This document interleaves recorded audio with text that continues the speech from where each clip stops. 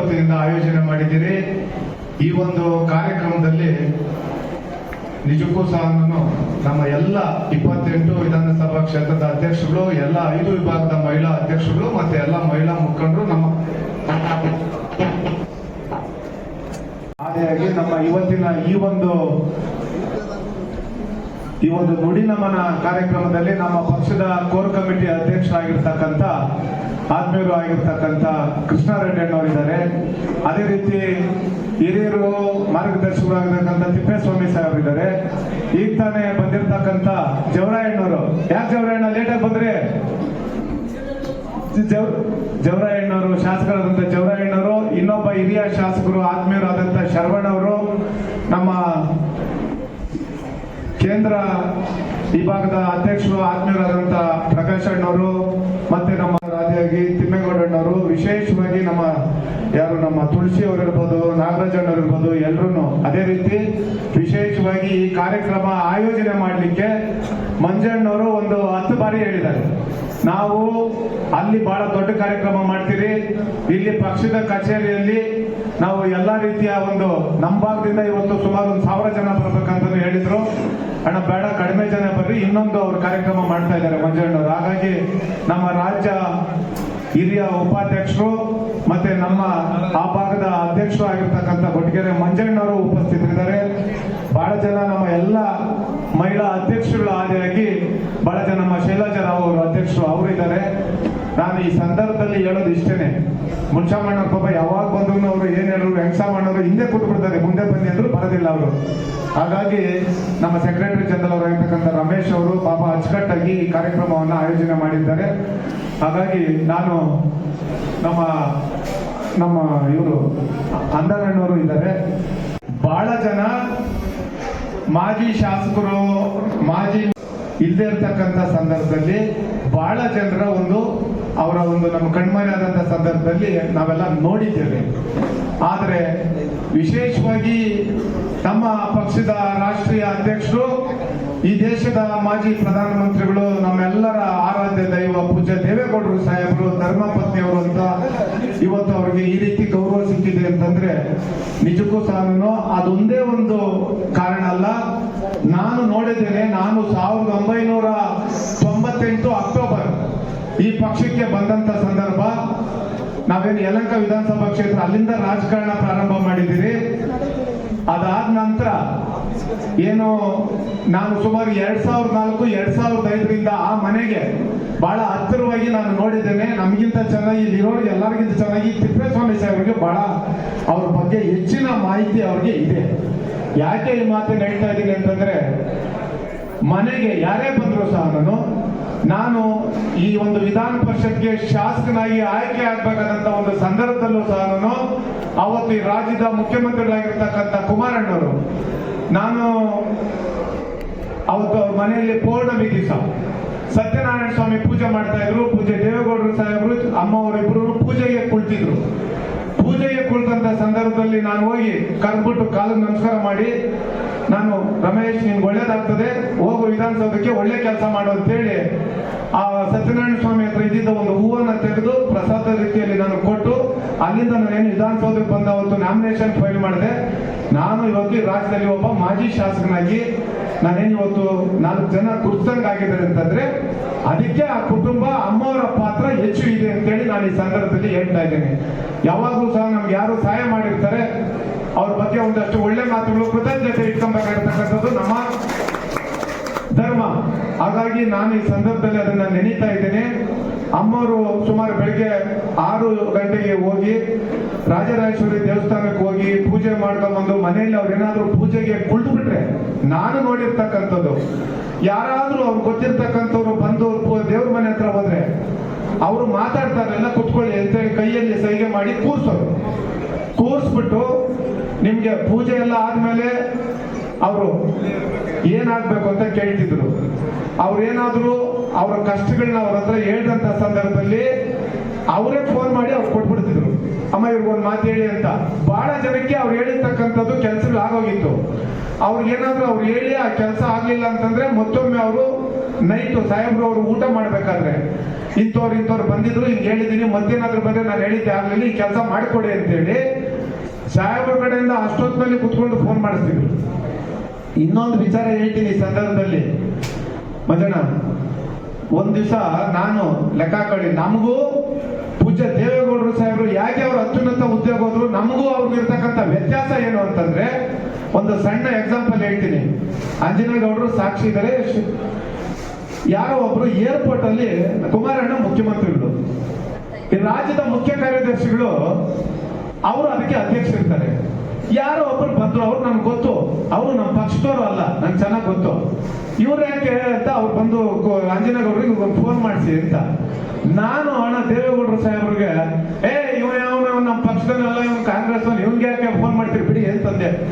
ದೊಡ್ಡವ್ರು ನನ್ಗೆ ಏನ್ ಹೇಳಿಲ್ಲ, ಕಂಡ್ಬಿಟ್ರು ಅಷ್ಟೇನೆ, ಕಂಡ್ಬಿಟ್ರು ನಾನು ಸುಮ್ಮನೆ ಆಗೋಗ್ತೇನೆ ನಾನು. ಆಮೇಲೆ ಚೀಫ್ ಸೆಕ್ರೆಟರಿ ಫೋನ್ ತಗೊಂಡಿಲ್ಲ, 1 ಅವರ್ ಬಿಟ್ಟು ಅವ್ರೇನೋ ಸಭೆಯಲ್ಲಿದ್ರು, ಮತ್ತೆ ಅವರು ಅಂಜನೇಗೌಡರಿಗೆ ಫೋನ್ ಮಾಡಿದ್ರು. ಅವರು ಕಾಯ್ತಾ ಇದ್ರು, ಮಗನ ಕರ್ಕೊಂಡ್ ಬಂದಿದ್ರು. ನಾನು ಹೇಳಿದ್ದು ವಾಸ್ತವಾಂಶ, ನಾನು ಪಕ್ಷ ನಮ್ದೇ ಆದಂತ ದೃಷ್ಟಿಕೋನದಲ್ಲಿ ಹೇಳಿದೆ. ಆದ್ರೆ ದೇವೇಗೌಡರು ಸಾಹೇಬರು ಅವ್ರಿಗೆ ಫೋನ್ ಮಾಡಿದ್ರು, ನೋಡಿ ಸಾಧ್ಯವಾದ್ರೆ ಅವ್ರಿಗೆ ಕೆಲಸ ಮಾಡ್ಕೊಡಿ ಅಂತ. ವೇಣುಗೋಪಾಲ್ ಅಂತ ಇವತ್ತು ಅವರು ಮಗ ಅಲ್ಲಿ ಕೆಲಸ ಮಾಡ್ತಾ ಇದ್ದಾರೆ. ಇವತ್ತು ಏರ್ಪೋರ್ಟ್ ಅಲ್ಲಿ ಕೆಲಸ ಆಗೋಯ್ತು ಅವ್ರಿಗೆ. ಸಾಹೇಬ್ರು ಅವ್ರು ಚೀಫ್ ಸೆಕ್ರೆಟರಿ ಹೇಳಿದ್ರು, ನೋಡಿ ಹಿಂಗ್ ಬಂದಿದ್ದಾರೆ, ದಯಮಾಡಿ ಅವ್ರಿಗೆ ಒಂದು ಕೆಲಸ ಮಾಡ್ಕೊಡಿ ಅಂತ ಹೇಳಿ. ಏರ್ಪೋರ್ಟ್ ಅಲ್ಲಿ ಹೋಗಿದ್ದಾನೆ, ಅವ್ರಿಗೆ ಕೆಲಸ ಆಗೋಯ್ತು, ಅವ್ರಿಗೆ ಕೆಲಸನೂ ಆಗೋಯ್ತು. ಅವ್ನು ಇವಾಗೂ ಬರ್ತಾನೆ ದೊಡ್ಡವ್ರ ಮನೆಗೆ, ಏನ್ ರಮೇಶ್ ಅಣ್ಣ ನಮ್ಗೆ ವಿರೋಧ ಮಾಡ್ಬಿಟ್ಟೆ ನೀನು ಅಂತಾನೆ. ಬಟ್ ನಾವು ಹೋದಾಗ ಏರ್ಪೋರ್ಟ್ ಅಲ್ಲಿ ನಮಗೆ ಚೆನ್ನಾಗಿ ನೋಡ್ಕೊಂತ ನೆನಪೇ. ಆದ್ರೆ ಆಮೇಲೆ ದೊಡ್ಡವ್ರು ರಾತ್ರಿ ಊಟಕ್ಕೆ ಕೂತ್ಕೊಂಡ್ರು. ಅಮ್ಮ ಇದ್ರು, ಶೈಲಕ್ಕ ಬಂದಲ್ಲಿ ಕೂತಿದ್ರು, ಬಾಲಣ್ಣ ಬಂದಿದ್ರು ಕರೆಕ್ಟ್ ಅವತ್ತು ಊಟಕ್ಕೆ. ಬಾಲಣ್ಣ ಬಂದಿದ್ರು, ಅವ್ನು ನಮ್ಮ ರಮೇಶ್ ಗೌಡ, ನಾನು ಆಚೆ ಇದ್ದೆ ಅಲ್ಲಿ ಇದ್ರಲ್ಲಿ, ಚಂದ್ರಣ್ಣ ನಾನು ಮಾತಾಡ್ತಾ ಇದ್ವಿ. ಅವ್ನು ಎಲ್ಲಿ ರಮೇಶ್ ಗೌಡ ಅಂತ ಹೇಳ್ಬಿಟ್ಟು ಬಾರ ಊಟ ಮಾಡುವಂತಂದ್ರು. ನಾನು ಬೆಳಿಗ್ಗೆ ಯಾರ ಕಾಂಗ್ರೆಸ್ ಅವ್ರು ಕೆಲಸ ಮಾಡ್ಕೊಂಡ್ಬಿಟ್ರಲ್ಲ ಅಂತ ಹೇಳ್ಬಿಟ್ಟು ನನಗೆ ಕೋಪ. ನಾನು ಅಲ್ಲಿ ಇದ್ದೆ, ಬಾಯಿಲಿ ಅಂತಂದ್ರು. ಮತ್ತೆ ದೊಡ್ಡವ್ರ ಜೊತೆ ಊಟ ಮಾಡೋವು ಹೇಳಿದ್ರು, ಕೇಳಯ್ಯ ನನಗೆ ಗೊತ್ತಿದೆ ಅವನಿಂದ ನಾನೇನು ಒಂದು ಕ್ಷೇತ್ರ ಗೆಲ್ತೀನಿ ಅಥವಾ ನಮಗೆ ಒಂದು ಕ್ಯಾಂಡಿಡೇಟ್ ಗೆಲ್ತಾರೆ ಅಂತಲ್ಲ, ಆದ್ರೆ ಯಾರಾದ್ರೂ ಒಬ್ರು ನಮ್ಮ ಮನೆ ಬಾಗಿಲು ಬಂದು ನಮ್ಮ ಹತ್ರ ಏನಾದ್ರೂ ಸಹಾಯ ಕೇಳಿದಂತ ಸಂದರ್ಭದಲ್ಲಿ ದೇವರ ಪ್ರೇರೇಪಣೆ ಇರ್ತದೆ. ಹಾಗಾಗಿ ಯಾರೇ ನಮ್ಮ ಮನೆ ಬಾಗಿಲು ಬಂದ್ರು ಸಹ ನಮ್ಮ ಕೈಲಾದ ಸಹಾಯ ಮಾಡಬೇಕು ಅಂತೇಳಿ ಅವರು ಆ ಮಾತನ್ನು ಹೇಳಿದ್ರು. ಅವ್ನ ಕೆಲಸನೂ ಆಯ್ತು. ಆದ್ರೆ ಅವರು ಅಂದ್ರೆ ನಾವು ಯೋಚನೆ ಮಾಡೋ ರೀತಿಗೂ ಅವರು ಯೋಚನೆ ಮಾಡೋ ರೀತಿಗೂ ಬಹಳ ಅಜಗಜಾಂತರ ವ್ಯತ್ಯಾಸ ಇದೆ. ನಾನು ಕರ್ನಾಟಕ ಗೆಸ್ಟ್ ಹೌಸ್ನಲ್ಲಿ ಇದ್ರೆ ಚೆನ್ನಮ್ಮವರು ಅಲ್ಲೇ ಕೀರ್ತಿ ಅಮ್ಮ ಇಷ್ಟು ದೊಡ್ಡ ಮನೆ ಇದೆ ಬಂದು ನಮ್ಮ ಮನೆಯಾಗಿರು. ಪ್ರಧಾನಮಂತ್ರಿಗಳ ಮನೆಯಾಗಿರ್ತಕ್ಕಂಥ ಭಾಗ್ಯ ನಂದಾಗಿದೆ. ನೀನ್ಯಾಕಲ್ಲಿ ಗೆಸ್ಟ್ ಹೌಸ್ನಲ್ಲಿ ಇದೆಯಾ, ಬಂದು ನಮ್ಮ ಮನೆಯಲ್ಲಿ ಉಳ್ಕೊಂಡು ಹೇಳ್ತಾ ಇದ್ರು. ಚೆನ್ನಮ್ಮಾಜಿಯವರ ಕೈನಲ್ಲಿ ಊಟ ಮಾಡಿದ್ದೇನೆ, ಕಾಫಿ ಕುಡಿದಿದ್ದೇನೆ, ಅವರ ಕಷ್ಟ ಸುಖಕ್ಕೆ ಆಗಿದ್ದೇನೆ ಅಂದರೆ ತಪ್ಪಾಗಲಿ. ಪಾರ್ಟಿ ನಡೆಸೋದಕ್ಕೆ ದುಡ್ಡಿಲ್ದಾಗ ಕೈ ಹಚ್ಕೊಂಡು ಕೂತ್ಕೊಂಡ್ರು.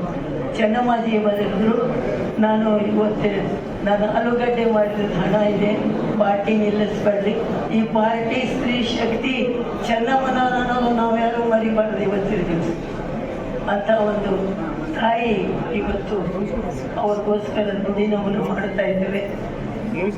ತನ್ನ ಸಂಸಾರಕ್ಕಾಗಿ ತನ್ನ ಮಕ್ಕಳಿಗಾಗಿ ತ್ಯಾಗ ಮಾಡಲಿಲ್ಲ, ಈ ಪಕ್ಷಕ್ಕಾಗಿ ತ್ಯಾಗ ಮಾಡಿರ್ತಕ್ಕಂಥ ಮೊದಲನೇ ಮಹಿಳೆ.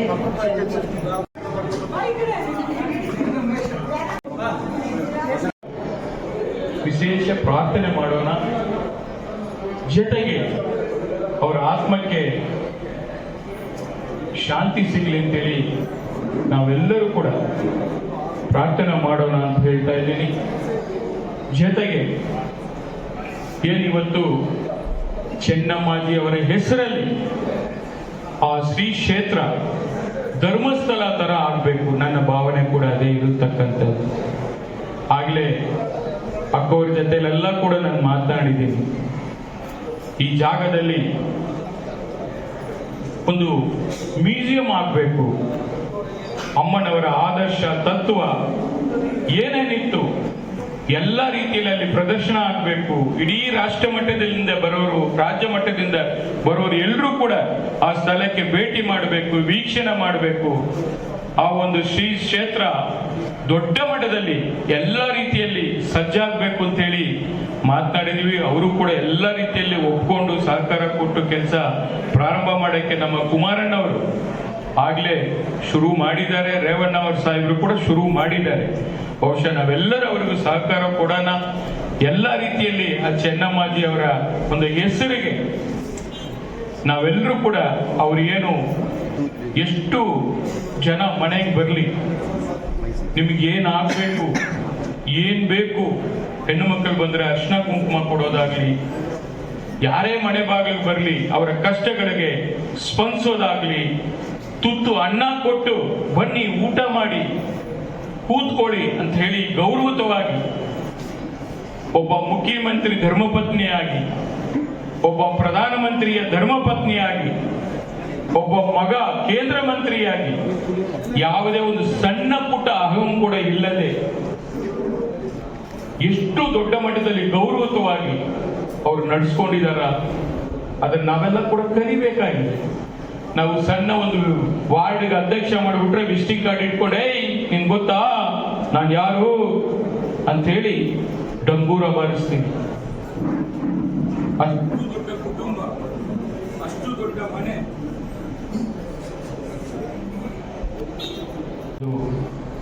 ಮಹಾತಾಯಿನ ಈ ಒಂದು ಶ್ರದ್ಧಾಂಜಲಿ ಕಾರ್ಯಕ್ರಮದಲ್ಲಿ ನಾವೆಲ್ಲ ಭಾಗಿಯಾಗಿರದೆ ನಮ್ಮೆಲ್ಲರ ಸೌಭಾಗ್ಯ ಅಂತೇಳಿ ನಾನು ಭಾವಿಸಿದ್ದೀನಿ.